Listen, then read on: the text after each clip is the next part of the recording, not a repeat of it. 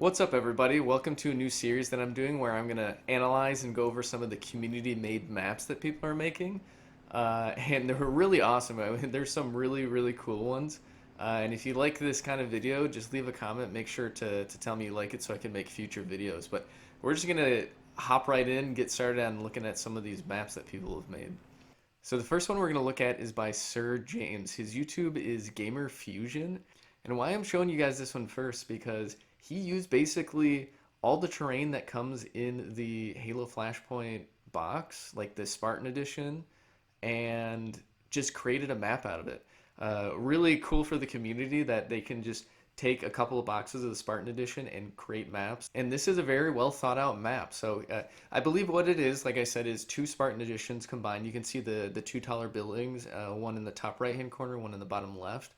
And he kind of stacked the other ones on there on some of the large crates. And he made this really dynamic, very symmetrical map. And it's really cool because he does include a bridge in the middle there. That is Mantic's terrain crate terrain. You could pretty much use anything though. And if you didn't want to use that, they actually sell on Mantic's website, the Halo Flashpoint website. You can buy this cardboard terrain again if you want. So you can buy multiples of these if you want to run, tournaments or events at your local, game store, or if you just want to make some maps like this. But yeah, you can see that in basically the four corners is where you have the buildings. So you have the highest buildings in these kind of diagonal corners here. So you can get that second level of height, which we know is important for adding one die to your roll in Halo Flashpoint. But he balances it in a way where it's not overpowered. No one can really like control the center with the height. If you want to use, range like a Deadeye, or if you pick up a sniper rifle, you have to go to the edge of the map, which is nice because you're kind of camping over there, and the objectives might be in the center of the map, but you're kind of away from the fight, so you can't melee. So you might get that +1 die in your shooting, but you're probably not going to get into melee combat sometime soon. So you're really, those kind of four corners, you're really just supporting all the other players on the field there. But yeah, so he did stack one of the smaller towers on a crate and use some of these bridges that go, connect everything together. But yeah, just really thought out. I don't know where his spawn locations are on this map. I expect them to be kind of behind these, towers that you can get cover from, so you're not getting picked off right on the first turn.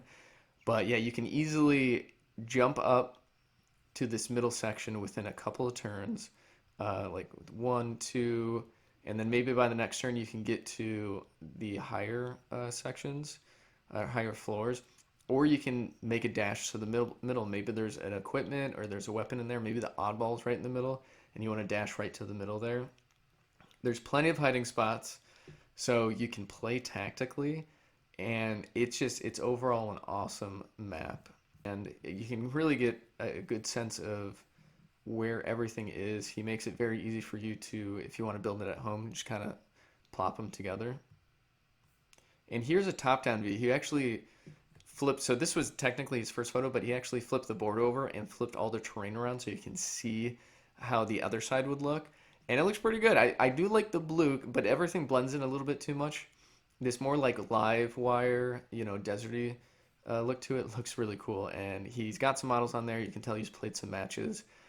Really thankful for this, and a lot of people, I think, when they're meeting up with somebody who also has a Spartan edition, should really try out this map. This is kind of like, I think, a golden standard when it comes to using the terrain that comes in the box. Like, you want to always be able to know how to create this layout, because it's probably a heck of a time to play on.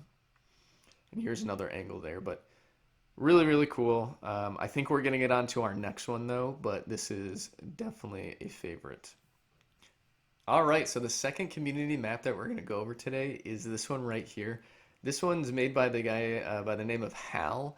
He's in the Facebook Fanatics Facebook group, and he says, I mean, looking at this front thing, it's just, you can tell. I can't wait to see the finished product because already it looks so good and so well thought out. And it's kind of hard to notice like first, but he put all this foam on the bottom here, so it is multi-level. You know, you kind of look at it at first and you think it's just this level up here, but no, it's multi-level, and he's putting a lot of work and dedication to it. I should probably like tag him and see how he's going with this to see if we can get a finished product and I can feature it in another video.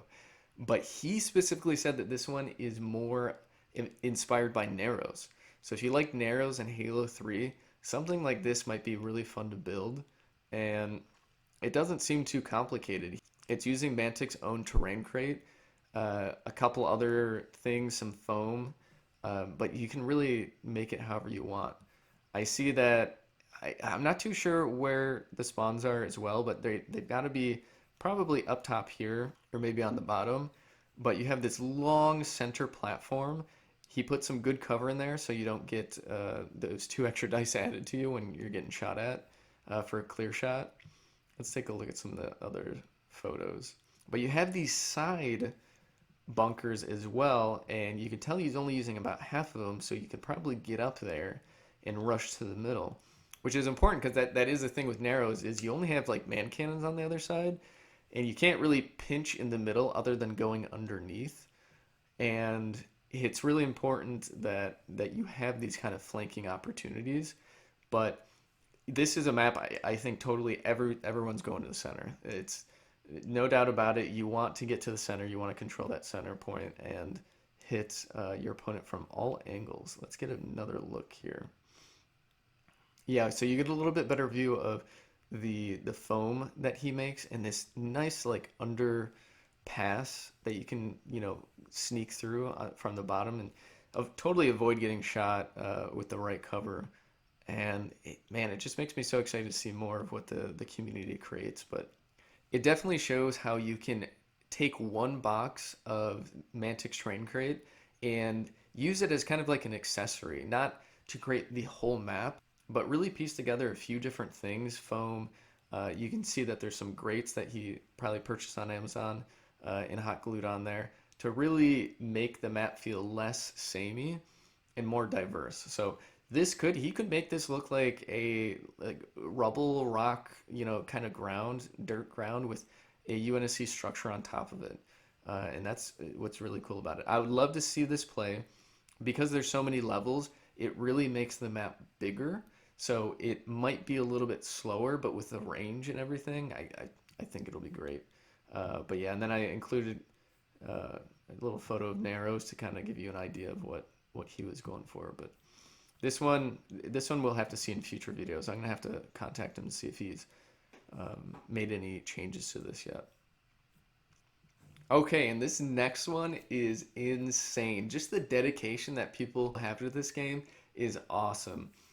We have Blood Gulch, or Valhalla, or whatever you want to call it. He calls it Blood Gulch, but he's using more of that grassy terrain rather than the desert. But my goodness, this what a champ. So he uses Mantic's Terrain Crate terrain to make these 2 bases. And man, are they perfect, right? They are so just put together, so symmetrical, and you can tell that they're, you know, Coagulation Blood Gulch bases. You know, you have the little ramps going up so you can get to the top. You even have the little hole if you want to jump down.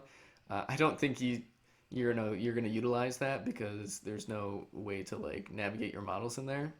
So yeah, this is definitely a big team map. You can tell he multiplied the 2x2 to basically a 2x4 play space, and it looks really good. Not gonna lie, I do think it's gonna play fairly well. Might be a little bit slower, but big team is always a little bit slower.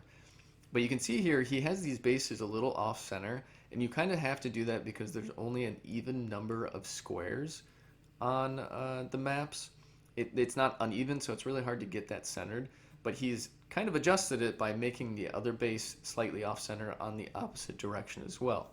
So he makes it symmetrical and just makes it an even experience to where you're just bringing your skill to the game, and that's what's basically going to decide the win. That and the dice. But yeah, it beautifully placed. He obviously 3D printed a ghost in here, a couple of ghosts as terrain. You can't use ghosts in Halo Flashpoint, as of yet anyway. I don't think they'll come, but then he's put some rocks and some barriers, some nice terrain to navigate that clear shot. But this is going to be a map where like you wonder, do you put fixed equipment on? Because speed boosts on this map would be very helpful, and your command dice are going to come into play too, with the extra movement, extra cube movement. So I would almost recommend playing, if you guys make this at home, I would almost recommend dropping some of the speed boosts on the map intentionally and have them respawn after like a couple rounds just to speed it up a little bit. Um, yeah, you can also just lay down some of the weapons in its own spots, or you can just do it the normal Halo Flashpoint way, where you have random weapon spawn locations and then they just pop up randomly. But yeah, not as much elevation on this map, but it doesn't need it. This is coagulation, right? You don't need a lot of elevation. The best parts about coag is that you're just, beaming people with the sniper rifle from across the map. You're sneaking around in the caves or in the rubble, trying to outflank people. But shooting, you're definitely going to want to take dead eyes on this map. Probably not so much the brawlers, unfortunately, but if you get in that base and the flag's there, you might be thankful to have some. But man, I'm just so impressed with some of the community and what they make, and I just love this. The paint job is really good on it too. It's very subtle. You can tell he probably used an airbrush to highlight some of it. And the mat, I'm not too sure where he got the map from. I don't know if he put two of them together or if it's just one long map. But it looks custom. I don't think I've seen this map somewhere, or mat somewhere. So, oh yeah, and this was made by Jordan on the Facebook group. I don't want to use last names or anything, but yeah, good job, Jordan.